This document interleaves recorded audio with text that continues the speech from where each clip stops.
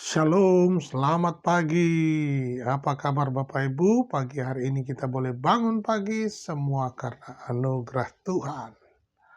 Kita masih diberi kesempatan hidup oleh Allah untuk berbagi berkat rohani, untuk membaca dan merenungkan firman Tuhan.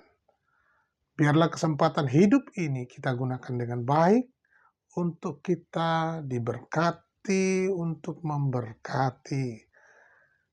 Baiklah Bapak Ibu, sebelum kita membaca firman Tuhan, mari kita berdoa. Terima kasih Bapak Surgawi, kami sungguh bersyukur atas kesempatan hidup yang Engkau berikan buat kami pagi hari ini. Kami masih diberi nafas hidup untuk beraktivitas, kami masih boleh berjalan beraktivitas, kami masih boleh diberi kesempatan untuk melakukan kegiatan sepanjang hari ini. Dan kami sebelum beranjak dalam segala aktivitas kami mau membaca dan merenungkan firman Tuhan. Bimbing kami Bapa, kami percaya melalui pembacaan firman Tuhan, hidup kami diubahkan, hidup kami ditolong, dibaharui dari sehari ke sehari. Oleh firman Tuhan, iman kami timbul dari pendengaran pembacaan firman Tuhan ini. Terima kasih Tuhan, terpujilah nama-Mu, sehingga firman-Mu tersebar ke segala penjuru, ke segala bangsa, segala kaum, segala suku, dan segala bahasa. Terima kasih Tuhan Yesus. Kami mohonkan doa ini. Haleluya. Amin. Nah, Bapak Ibu, kita akan masuk di dalam Wahyu pasal 14 ayatnya yang ke-6. Pemberitahuan tentang penghakiman. Dan aku melihat seorang malaikat lain terbang di tengah-tengah langit, dan padanya ada Injil yang kekal untuk diberitakannya kepada mereka yang diam di atas bumi, dan kepada semua bangsa dan suku dan bahasa dan kaum. Dan ia berseru dengan suara nyaring, "Takutlah akan Allah dan muliakanlah Dia, karena telah tiba saatnya penghakimannya. Dan sembahlah Dia yang telah menjadikan langit dan bumi dan laut dan semua mata air." Dan seorang malaikat lain, malaikat kedua, menyusul Dia dan berkata, sudah rubuh Babel, kota besar itu, yang telah memabukkan segala bangsa dengan anggur dan hawa nafsu cabulnya." Dan seorang malaikat lain, malaikat ketiga, menyusul mereka dan berkata dengan suara nyaring, "Jikalau seorang menyembah binatang dan patungnya itu, dan menerima tanda pada dahinya atau pada tangannya, maka ia akan minum dari anggur murka Allah yang disediakan tanpa campuran dalam cawan murkanya. Dan ia akan disiksa dengan api dan belerang di depan mata malaikat-malaikat kudus dan di depan mata Anak Domba. Maka asap api yang menyiksa mereka itu naik ke atas sampai selama-lamanya, dan siang malam mereka tidak henti-hentinya disiksa, yaitu mereka yang menyembah binatang serta patungnya itu, dan barang siapa yang telah menerima tanda namanya. Yang penting di sini ialah ketekunan orang-orang kudus yang menuruti perintah Allah dan iman kepada Yesus. Dan aku mendengar suara dari surga berkata, "Tuliskan, berbahagialah orang-orang mati yang mati di dalam Tuhan sejak sekarang ini. Sungguh kata Roh, supaya mereka boleh beristirahat dari jerih lelah mereka, karena segala perbuatan mereka menyertai mereka." Puji Tuhan, Bapak Ibu yang dikasihi Tuhan, kita bersyukur boleh bangun pagi, boleh membaca firman Tuhan. Ada beberapa poin penting untuk kita simak di sini. Bagaimana tentang pemberitahuan tentang penghakiman. Bahkan di saat-saat terakhir pun Allah begitu terus memberitakan, menyampaikan kepada manusia untuk segera bertobat.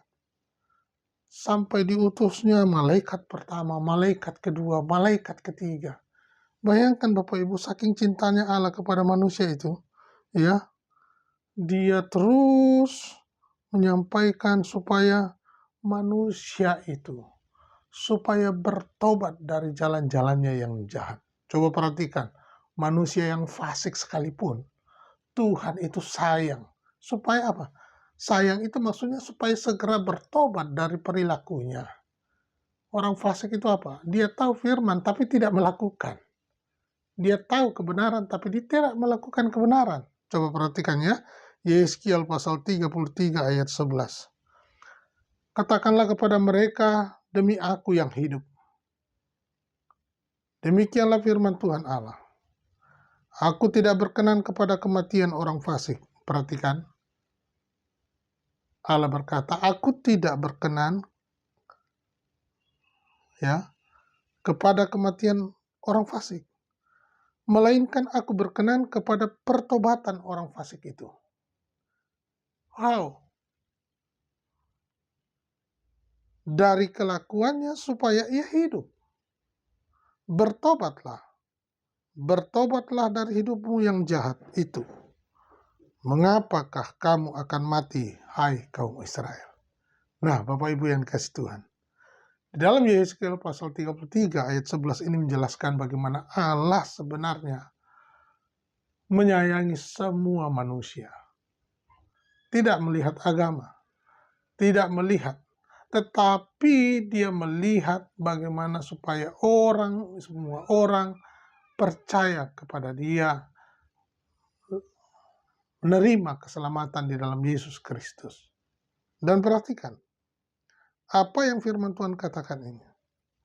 Saya ulangi, kepada mereka demi aku yang hidup, demikianlah firman Tuhan Allah. Aku tidak berkenan kepada kematian orang fasik, melainkan aku berkenan kepada pertobatan orang fasik itu.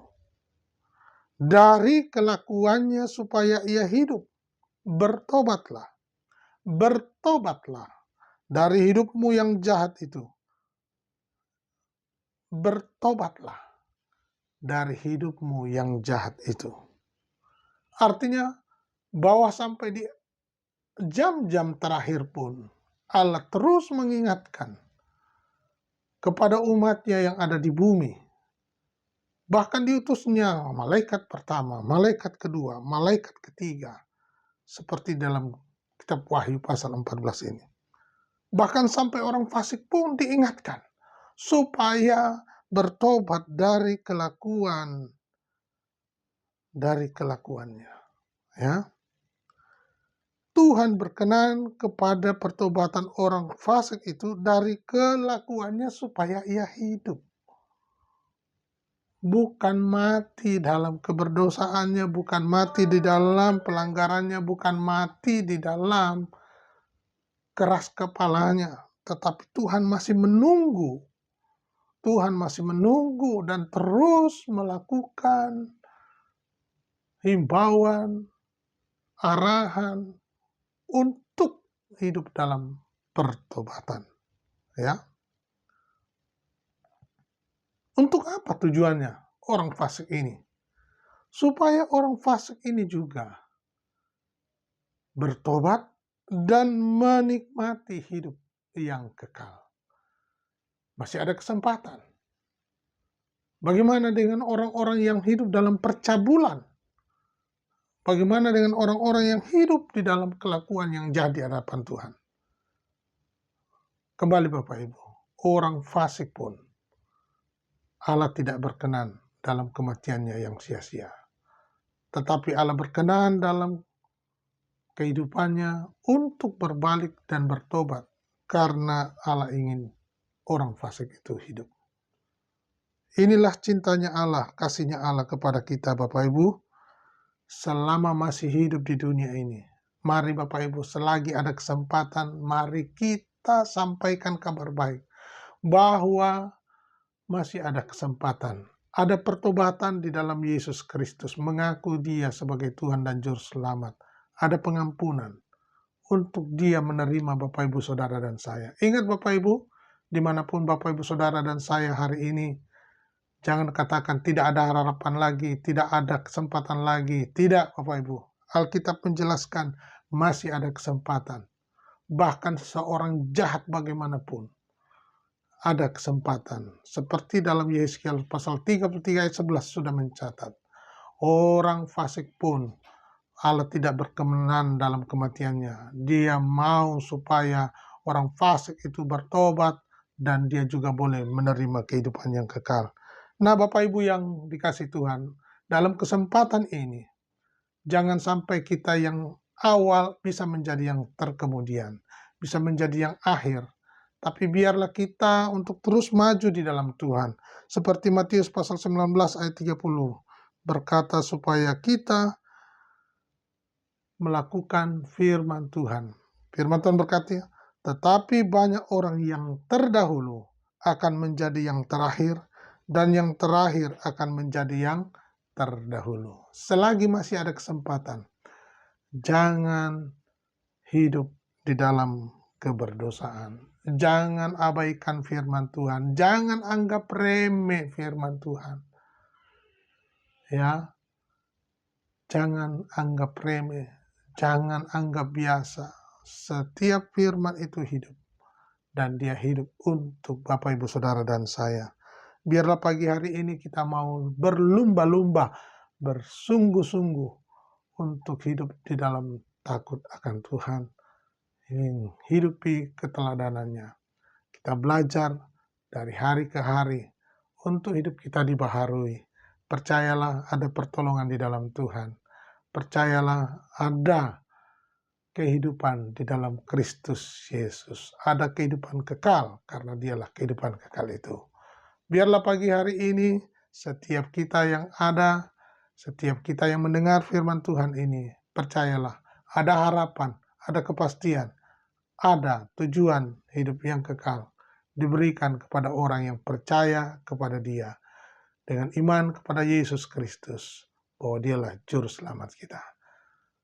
Terima kasih, Tuhan Yesus memberkati.